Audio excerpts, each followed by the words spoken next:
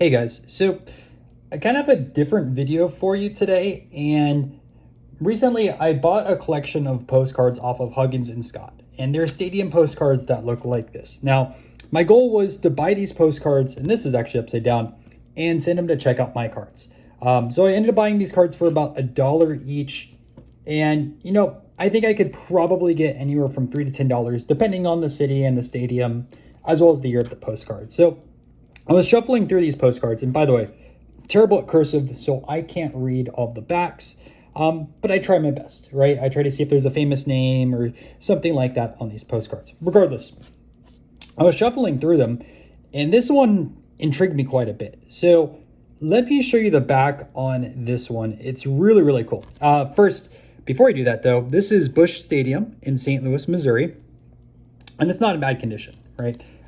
Looks pretty good overall, but there's a story on this postcard, and this card isn't worth a ton, right? Even with the story attached to it, but it's a really, really unique piece of hobby history. So let me show you that.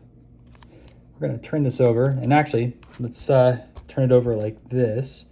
Okay, so first, thank you for the type on here, because much easier to read rather than cursive. And yeah, let's take a look at this first. So check who this card was sent to. So Frank Nagy, Detroit, Michigan. Okay. And if we go over here, this was Charles Barker. All right. So now let's read the contents of this card. Dear Frank, I'm not a dealer and have nothing for sale. Sam Rosen has Topps buttons for sale at 5 cents each, the set of 60 for $3. He also sells recent gum cards at about 2 cents each. Sorry I can't help otherwise. Buck. Now, what's really cool about this is the people mentioned on here are prominent figures in the hobby. Also, I forgot to go to the PS. P.S. Looking for postcards of old ballparks, also for postcards of Mexico, Spain, and Latin America.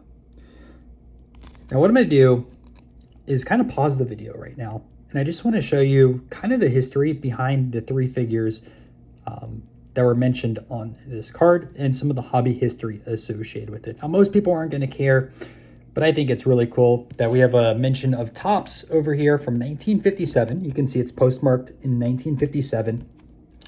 And we have some legendary collectors. In fact, this name is on quite a few different slabs, really expensive slabs. And I believe Nagy also had a Hannes Wagner T206. So what I'll do, I'll go on my computer. We'll take a look at some of the different cards that these guys owned and some of the history behind it.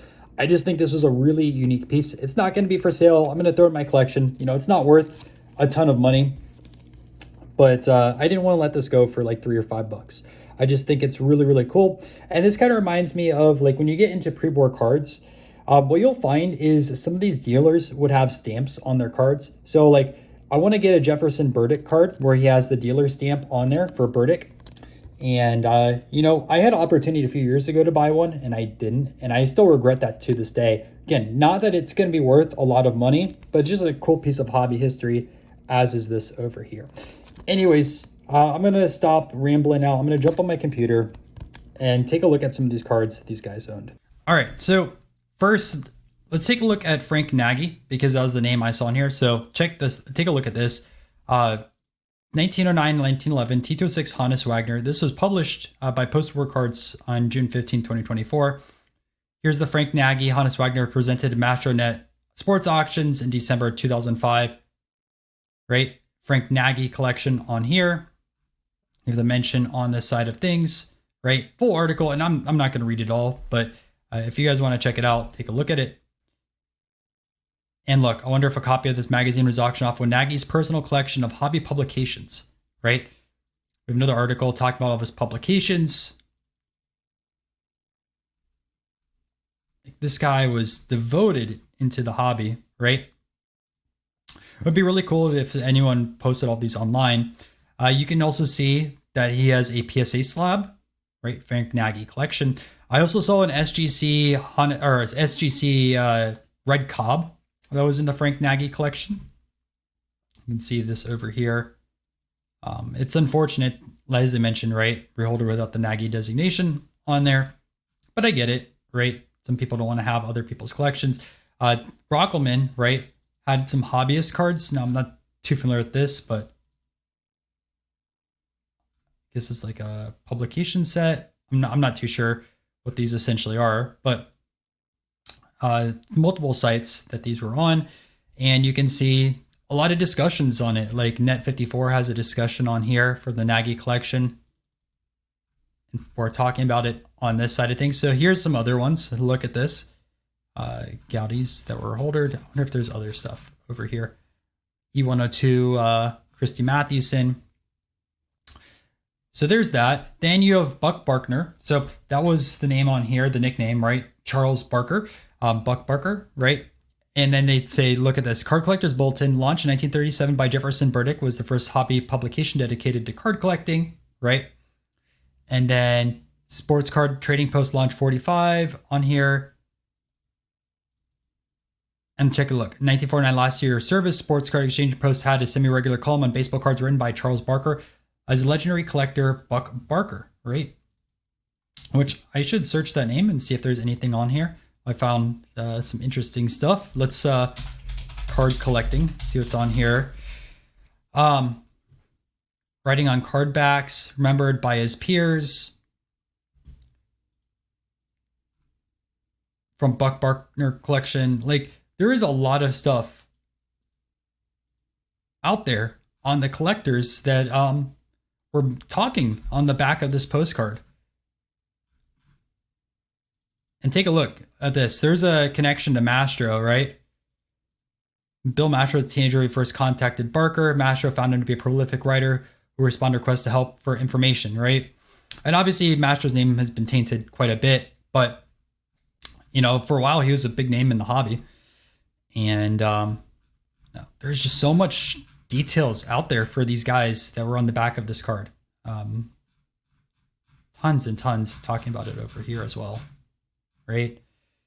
And here is the other one, Rosen. So last October, I took a look at Sam Rosen, who was Woody's stepfather, ran the concern that Woody's turned a card collecting company in 1959.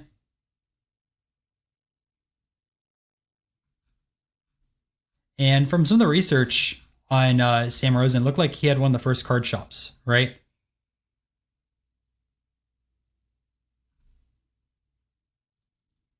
There's just so much information about these collectors online. Here's another type card of some sort, which let me know if you have more information on those. But here's some more Barker's stuff. Like just lots and lots of information out there. So yeah, we'll look at this last one. Elmer Flick photo postcard from the Buck Barkner collection. This is really cool. I actually have Lajoie that's in this set, I want to say, in my personal collection from the 1905. But mine's trimmed. It just shows the top part. Like, this is a really nice postcard. So yeah, not a normal video here on the channel, but I just thought it was really cool to showcase a small part of hobby history. If you guys kind of like videos like this, let me know. I mean, there's a lot of others that I could talk about, stories of cards and things like that, or legendary collectors. I think it would be kind of interesting.